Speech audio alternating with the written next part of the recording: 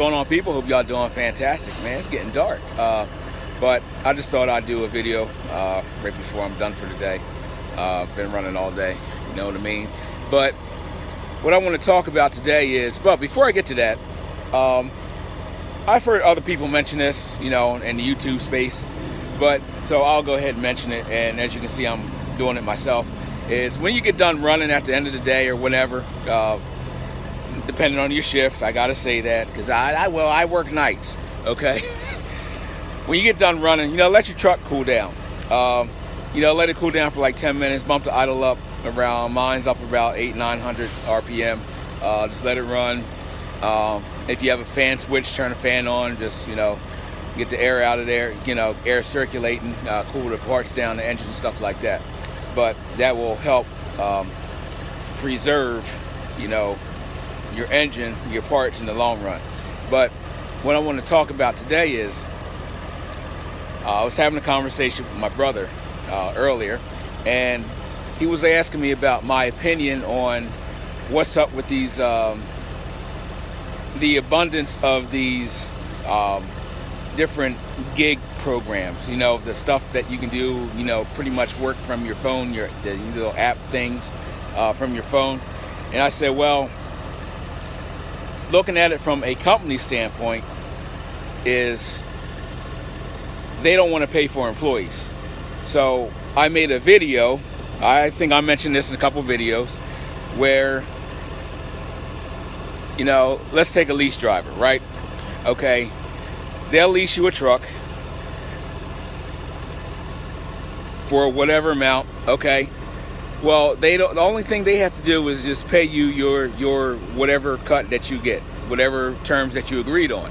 You're responsible for all the taxes. You're responsible for all your payroll taxes, unemployment taxes, self-employment taxes, occupational health insurance if you have to have it, and so on and so forth.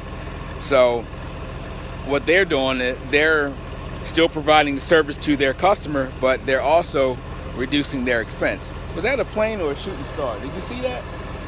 I just saw it in the video, but in the reflection. But they're just reducing their expenses because they're always looking to get rid of, you know, I wouldn't say get rid of, but reduce their payroll expense. You know, these companies are always looking to reduce their payroll expense. So this is another way. Okay, well, we'll just hire subcontractors, you know, so we'll just pay them a 1099 and let them, you know, do what they do. Our product still gets delivered or whatever, and, you know, the contractor makes money and we make money and the customer's happy. So, but what else I wanted to talk about was somebody left a comment in my, I think it was my last video talking about the Uber and Lyft video, and he said, is it that bad? Well, it depends on how you look at it. Is it that bad? Yes or no? I posted a video, what was it about? It was a USA Today article talking about these guys that get suckered into the lease purchase programs and they just about lose their shirt. So it might, if you have not seen that video, go check it out. Basically, it's just an article. Go read the article. Now, am I saying that every single lease purchase company or opportunity or every terms are like that? No.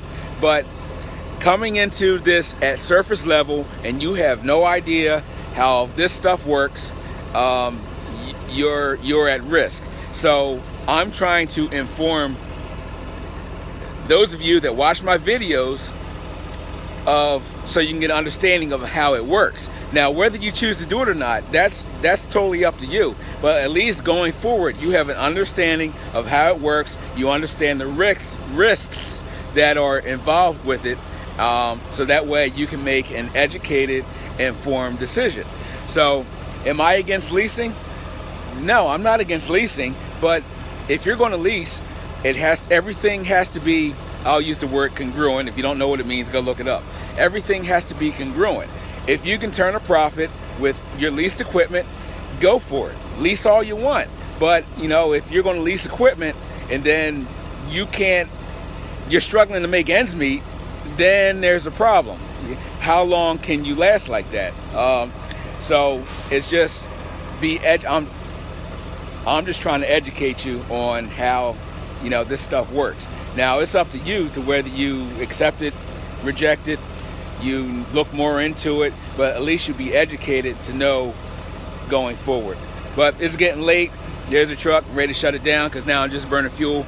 We'll see you on the next one.